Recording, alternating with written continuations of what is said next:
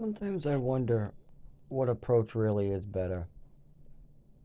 So, I've been told by the city if I want to get the window fixed, to get the letter notarized, and attorneys have pretty much stated the same thing. So, we have, and we just try to hand it to him. Now, the way he responded to that, did I approach it right by just sitting there and taking it?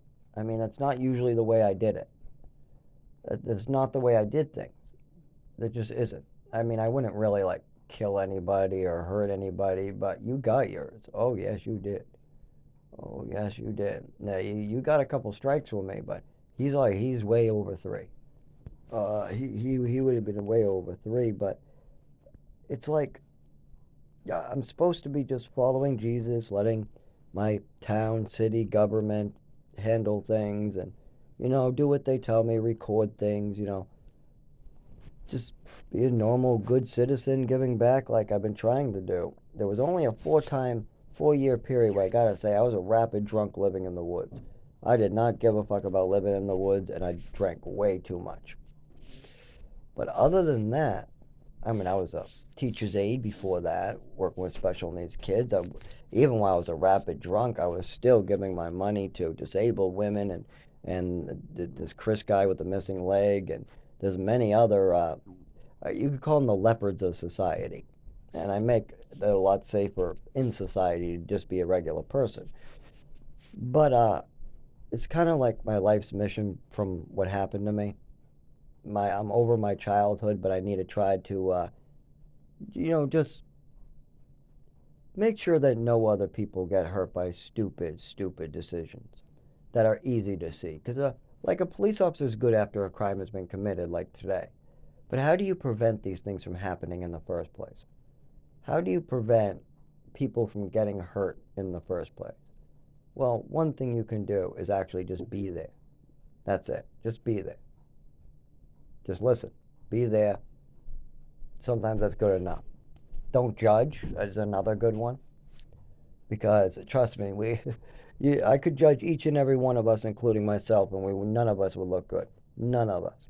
I mean, even the best officer, who I would probably say is a great granny saver, saves lots of lives, defends justice, he believes in the law, that guy. There might be a time where he has to murder somebody or kill somebody to protect another person. And then he'll have to be judged by God's eyes someday for that. Does that make him a good person? He technically a killer for good? Is that a good thing? No, I don't think it is. I don't think you should ever kill for good. Ever. But I see a lot of people who just have these messed up brains, and they want to try to act like you're crazy for believing in, following the rules. That means the Bible's rules and society's rules. And trying to work real hard, but also use the different tools at hand that society has given you because you're giving your life to society. A lot of these basic things are just not like clear anymore to people. They want to treat each other like animals or put their hands on one another. I've seen this a lot where I've just had to go down and take a beating. This one actually, that wasn't supposed to. I mean, I was just standing there, supposed to take the ladder. That's it. Take the ladder, leave. That's all that was supposed to happen. But I couldn't guess. But then again, he was drunk, crazy, running up the stairs, screaming before for years, like a lunatic about cans and crazy shit. So I should have known that giving him a letter might not have been a good idea. But that letter is my legal right. If I want to request that water stop coming in my apartment and get it notarized, I have that right. But to have him put his hands on me, that's kind of crazy. That's crazy. What is going on in society today? Like, maybe there was once where this kid broke my tooth and I grabbed him and slammed him to the ground and beat the fuck out of him, that I lost it. But I've never, ever just acted like that so inappropriately. And maybe following Jesus is the right thing to do. But maybe giving a fuck about society was the wrong decision. I mean, I have given them a lot and they've let me crawl across traffic. Even my doctor seems to be absent-minded.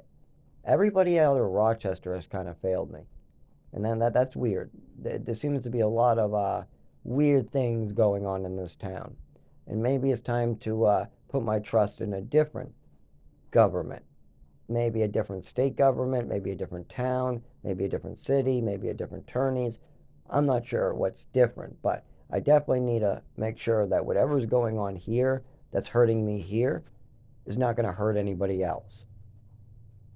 And I've seen too many people get hurt here from these holes, the blackness, the sick, the cough, the whatever this is. And when they go to other people's houses, it goes away. Come back here, you get sick. Our guests talk about it. Other parts have talked about it. And there's a lot of illnesses, mysterious illnesses about it. It doesn't take a rocket scientist to know if you got waterfalls coming in your building for 10 years, what might happen. Come on. Think about it for a moment. We know that water came in gallons when we moved in here. We try to make it less, but there must still be water coming in because it's visible. You can see the rot from it, the mold, all of it, holes. So it's still definitely coming in. Now, if you've had water coming in your building freely for over 10 years, what might happen? And if there's open, gaping holes allowing air to flow freely and causing all the heat from the building, because literally the heaters are right below these gaping holes. So the heat is getting sucked into these gaping holes where there just happens to be waterfalls and water all the time. Wonder what would happen in that situation that I have seen for 8 years, that I keep on reporting, that keeps on getting us sick. I wonder what could be getting us sick in that hole when we get closer. I wonder why when we go closer to the sink and the windows, we get sick. We get much, much sicker. I wonder why that would be. Oh, I know why my cat's wheezing and why we're getting sick. It's mold. It doesn't, I mean, it's right on camera. It's black, it's mold, and there's water coming in for multiple years. And the landlord has known this way before we moved in when we signed a lease.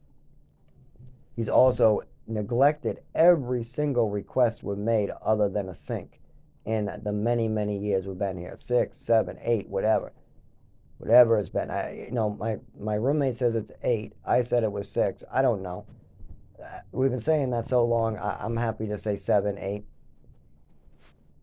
By now it has to be 7, 8. It has to be. And we got a sink. I've literally had to put my own money in the doorknobs and things. I could have taken receipts out on small stuff. But I'm not even bothering with this guy. Not after he's getting drunk and screaming up and down the hallways in the first couple of years I was here. And not after some beer cans were thrown off the roof or something. I don't know what the hell's going on between that landlord and those beer cans and some of those neighbors and the hatchet woman. We had a woman come and chop down another person's door. I'm not kidding. We had to use my camera footage for that. These fucking assholes. I got hatchet people.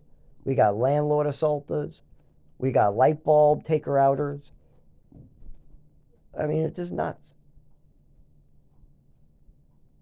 I mean, you got people falling down hallways. You got people getting hurt.